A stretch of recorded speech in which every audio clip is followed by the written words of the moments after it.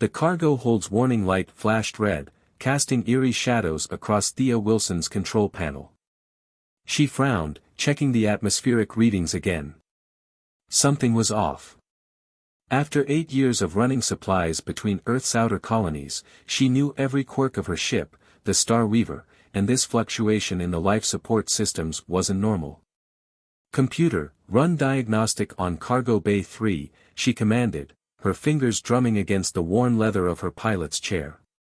The mechanical hum of the ship filled the silence as she waited. Anomaly detected. Oxygen consumption exceeds normal parameters by 12%. Thea's hand instinctively moved to the stunner at her hip. After the Centauri trade route raids last month, every independent pilot knew the risks of unauthorized passengers. She could already imagine the lecture she'd get from Port Authority about proper security protocols. The walk to Cargo Bay 3 felt longer than usual. Her boots echoed against the metal floor, each step measured and careful. The bay door slid open with a pneumatic hiss, revealing towers of sealed containers destined for New Shanghai. Everything looked normal at first glance, until she noticed the slight displacement of the thermal blankets in the corner. "Come out slowly," she called, drawing her stunner. "I'm armed, and the ship's security systems are active." For a moment, nothing moved. Then, a shadow shifted behind the crates, and a figure emerged. Thea's breath caught in her throat.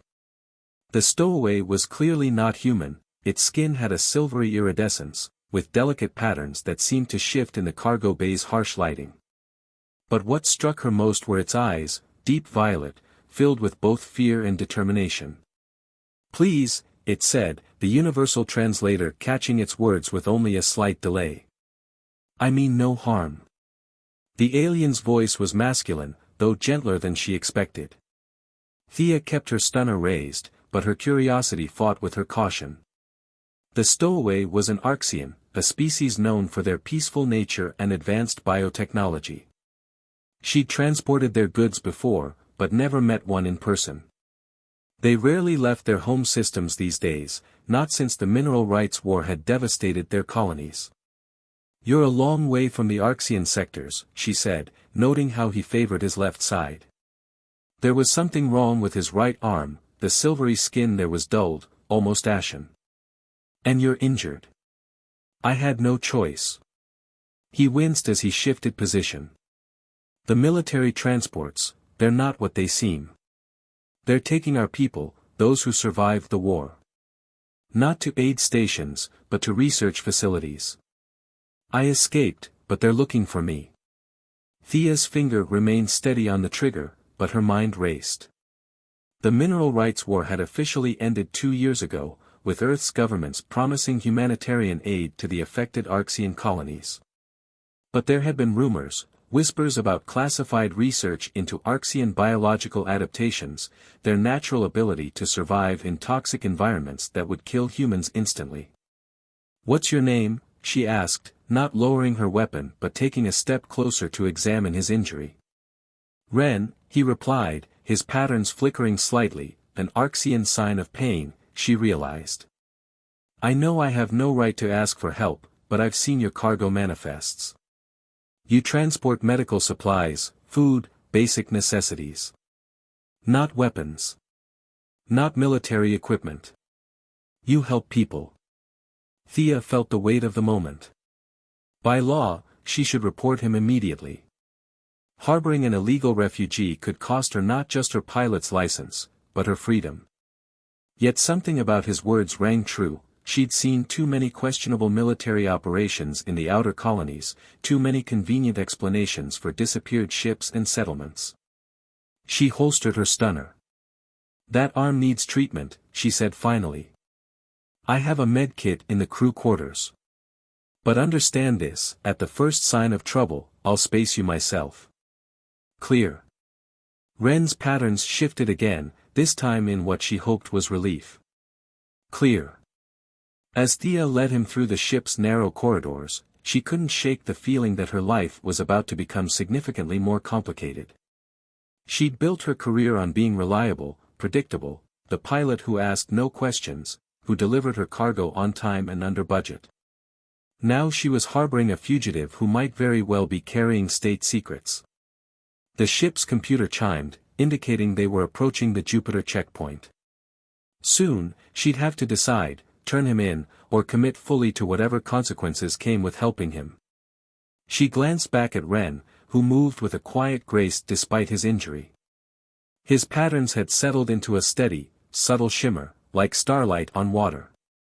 "The checkpoint officers will scan the ship," she said, stopping outside the medbay.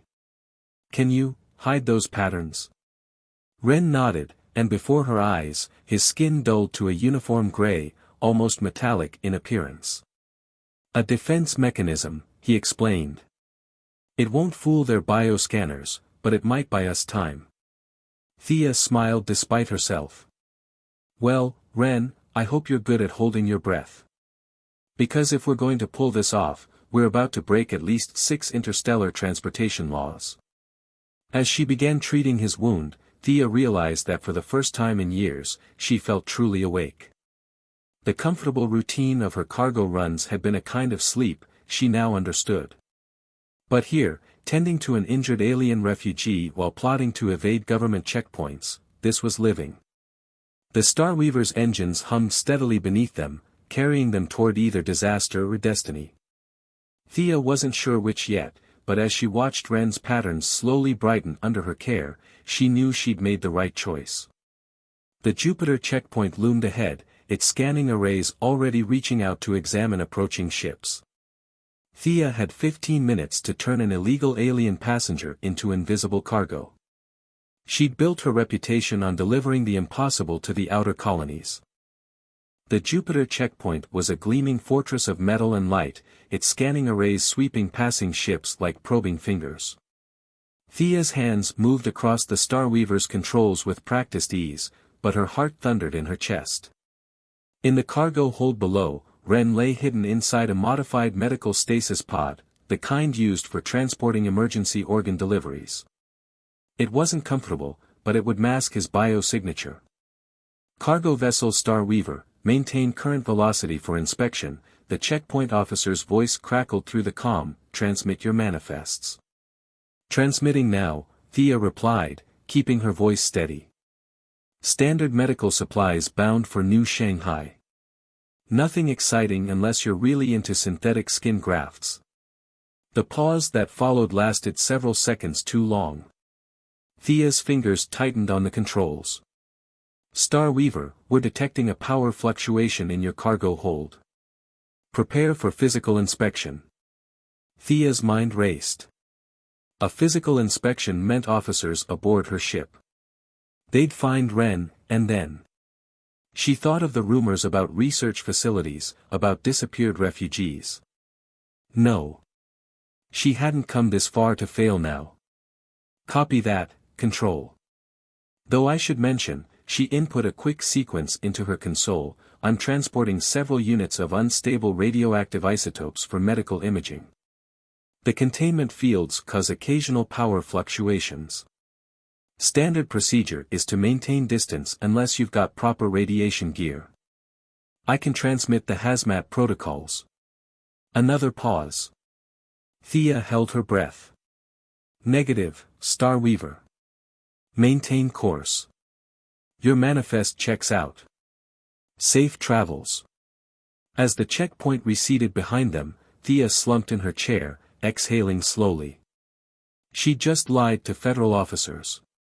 There was no going back now. Hours later, with the checkpoint safely behind them, Ren sat in her small galley, his patterns flowing with a kaleidoscope of colors she was beginning to recognize as emotional indicators. The deep blues and purples of pain had given way to softer, warmer hues as the medkit's treatments took effect. "Your ship," he said, studying the worn but well-maintained interior, "it's not just a cargo vessel, is it?" Thea poured herself a cup of synthetic coffee, buying time before answering. "What makes you say that?" "The modified stasis pod. The radiation shielding that fooled their scanners. This isn't standard equipment for a simple transport." She smiled slightly. Let's just say sometimes cargo needs to reach its destination regardless of official channels.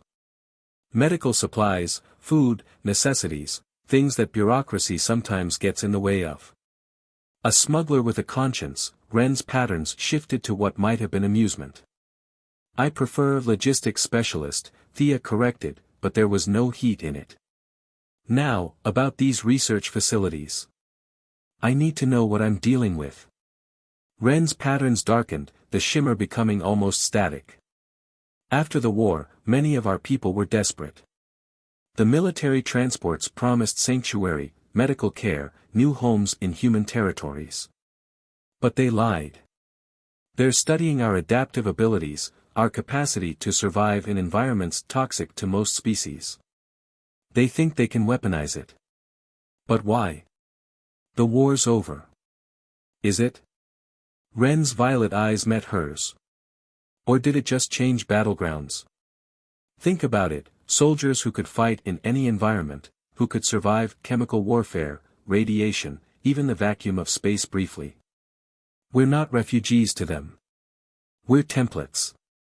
The implications made Thea's stomach turn. She'd seen enough of humanity's darker impulses in her years of shipping to know he was probably right. You have proof. Ren's right arm shimmered, and a pattern emerged that she hadn't noticed before, a sequence of dots and lines that almost looked like data code, he confirmed.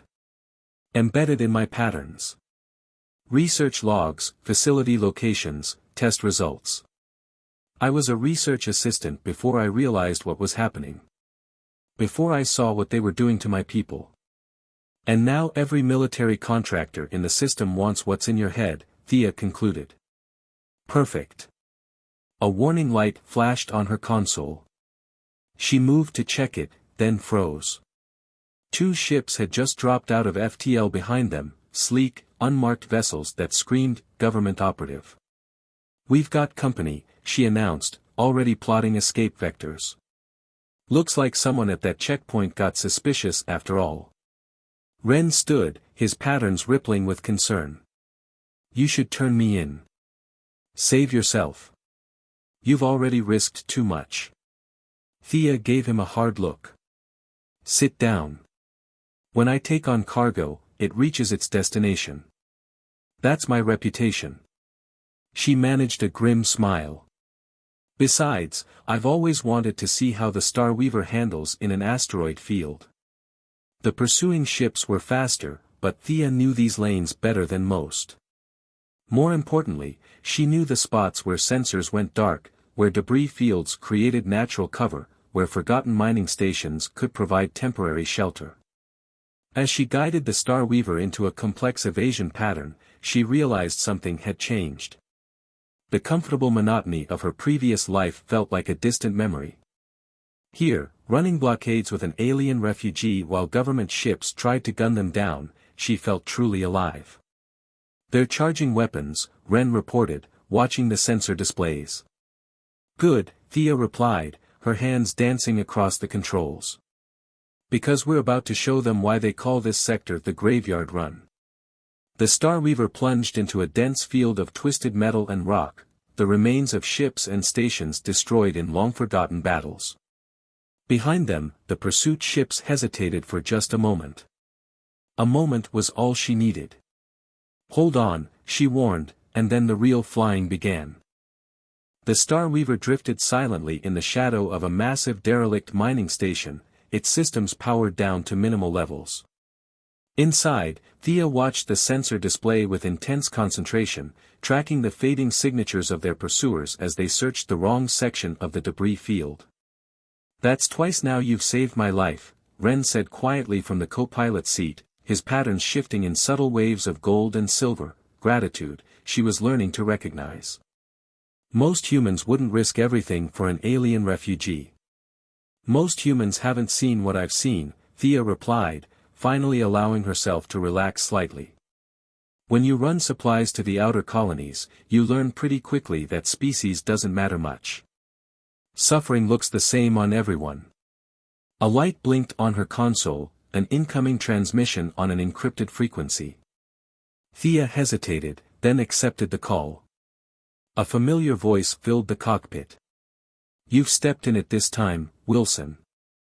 The gruff voice belonged to Marcus Reed, her primary contact for less-than-legal shipping contracts. "Half the system's looking for your ship." "Hello to you too, Marcus. Having a lovely day, thanks for asking." "Cut the sass. You're carrying an Arxian fugitive. Do you have any idea what kind of heat that brings?" Thea glanced at Ren, whose patterns had stilled to an almost metallic stillness. "How do you know about that?" "Because I've got contacts in places that make your smuggling routes look like public transit lanes.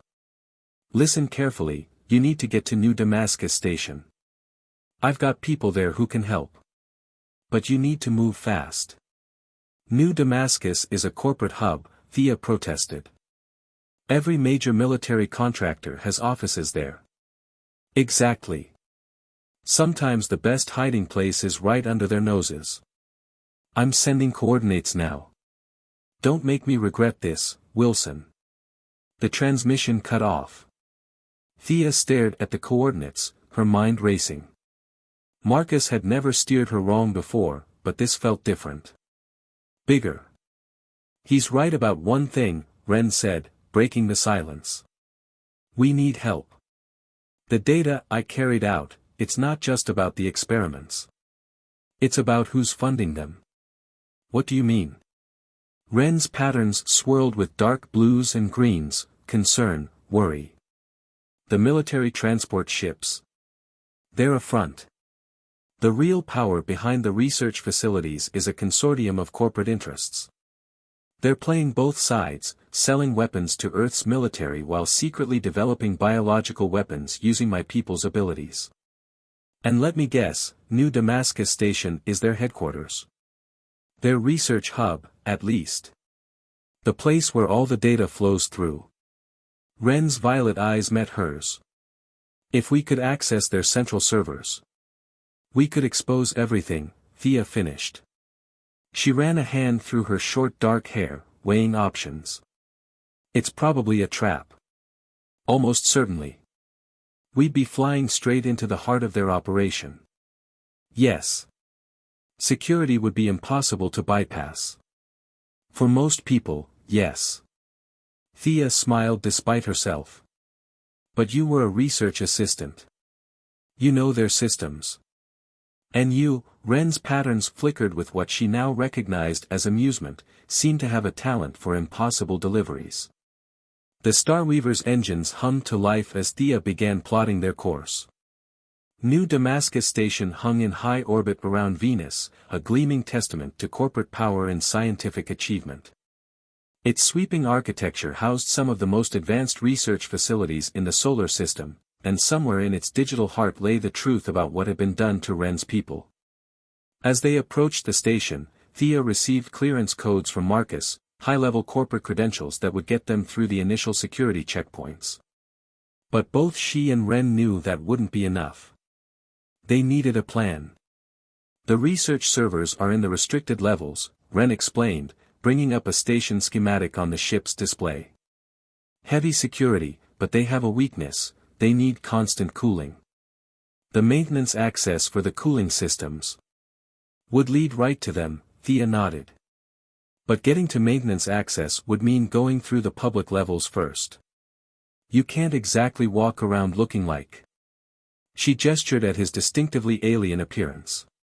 Ren's patterns shifted, and suddenly his skin took on a more human-like texture, though still with a slightly metallic sheen that might pass for fashion in corporate circles. "Adaptive camouflage," he explained. "It won't fool biometric scanners, but it should be enough for visual inspection. The real challenge will be the internal security systems." "Leave those to me," Thea said, pulling up an inventory of her ship's less legitimate cargo. "I didn't survive this long in the outer colonies without learning a few tricks about corporate security." As they made their final approach to New Damascus Station, Thea felt the familiar mix of excitement and fear that came with a dangerous job. But this was different. This wasn't about profit or reputation anymore. This was about justice, about exposing a truth that could save lives. "Ready?" she asked, as the docking clamps engaged. Ren's patterns swirled with determination. Ready. Together, they stepped out of the Star Weaver and into the gleaming corridors of New Damascus Station, where every shadow might hide an enemy, and every passing moment could bring discovery. But they had something their opponents didn't expect, a partnership forged in trust and strengthened by shared purpose. The truth was waiting somewhere in this station's depths. It was time to find it. New Damascus Station's public levels gleamed with an opulence that made Thea's skin crawl. Holographic advertisements floated in the air, promising technological miracles and genetic enhancements to the well-dressed corporate executives who hurried past. Beside her, Ren maintained his human-like appearance, though she noticed his disguise flickering slightly whenever security patrols passed too close. "The maintenance access point is 3 levels down," he murmured, consulting a digital map on his borrowed datapad. "But there's a problem. The latest security updates show they've added biometric scanners at every checkpoint." Thea adjusted the collar of her borrowed corporate suit, feeling the weight of the security bypass modules hidden beneath it. "Then we'll have to create a distraction. Something big enough to force them to temporarily disable the scanners." "I might have an idea about that," a familiar voice said behind them. They turned to find Marcus Reed stepping out of a nearby lift, his usual scruffiness replaced by immaculate corporate attire. Thea's hand instinctively moved toward her concealed stunner. "Easy," Marcus raised his hand slightly. "If I wanted to turn you in, you'd already be in custody. Why are you really helping us?" Thea demanded, keeping her voice low. Marcus's expression darkened. "Because 20 years ago, I was part of the initial research team. Back then, we thought we were helping, developing medical applications for Arxian adaptive abilities. But when the military contractors took over..." He shook his head. "I've been trying to make up for it ever since." Ren's patterns shifted with surprise beneath his human disguise. "You were there? At the first facility?" "I was. And I've spent years building a network inside these corporations, waiting for a chance to expose what they've become. But I needed proof, and someone brave enough or crazy enough to help get it." He looked meaningfully at Thea. A security alert flashed across the public information screens, unauthorized access detected in the lower levels. Marcus smiled grimly. "That would be my associates, creating your distraction. You've got maybe 10 minutes before they realize it's a false alarm. Make them count." Thea studied her old friend's face, searching for any sign of deception. "If you're playing us, then you'll hunt me down and space me yourself." "I know." He handed her a security card. "Level 42, Section G. The cooling system access panel is behind a false wall panel. Good luck." As Marcus disappeared into the crowd, Thea and Ren made their way to a service lift. The security card worked, and they began their descent into the station's restricted levels. "Can we trust him?" Ren asked as they dropped past level after level of corporate offices and research labs. "Marcus is a lot of things, but he's never lied to me." Thea checked her stolen security codes. "Besides, we're past the point of having much choice."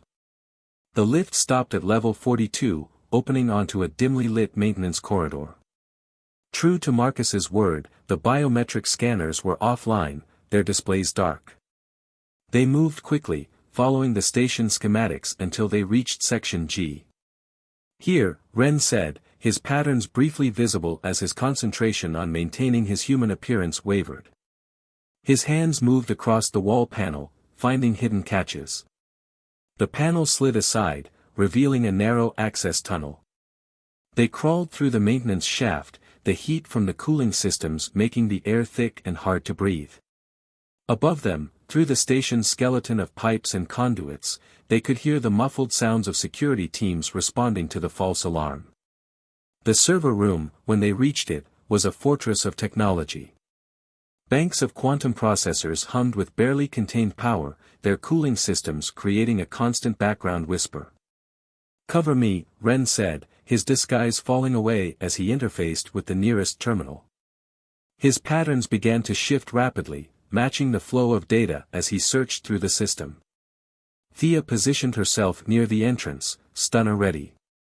The minutes crawled by, each one increasing the risk of discovery. "I found it," Ren announced suddenly, his patterns blazing with triumph. "Everything, the research logs, the funding trails, the names of everyone involved. It's all here. Download it and let's go," Thea urged, hearing distant footsteps. "Wait," Ren's patterns darkened. "There's more. They're not just studying us, they're planning to create a bioweapon. Something that could target specific genetic markers. They could wipe out entire species." The door to the server room slid open. Thea fired her stunner without hesitation, dropping the first security guard, but more were behind him.